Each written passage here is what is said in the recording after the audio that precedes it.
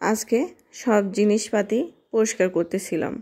তো আমার ঘরে কিছু শুকনা প্রোডাক্ট ছিল যেগুলো বয়ামে তুলে রেখেছিলাম। হঠাৎ করে দেখি সেগুলো জানি কেমন হয়েছে, আর রোদটাও খুব চড়া হয়েছে।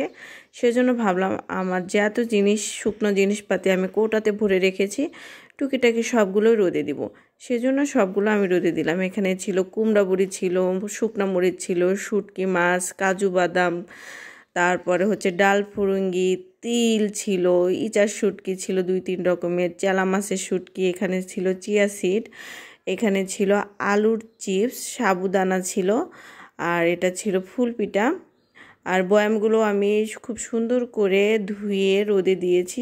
মানে সারাটা দিনে অনেক রোদ পাচ্ছে। রোদ পাওয়ার পরে আমি সবগুলো আবার কৌটা ভরে রেখে দিব। এরকমভাবে আপনাদের কাছেও যদি কোনো শুকনা খাবারগুলো যেগুলো থাকে সেগুলো মাঝে মাঝে রোদে দিয়ে নেবেন, সেক্ষেত্রে পোকা ধরবে না, খুব ভালো থাকবে। আমি এটা ফ্রাই করি।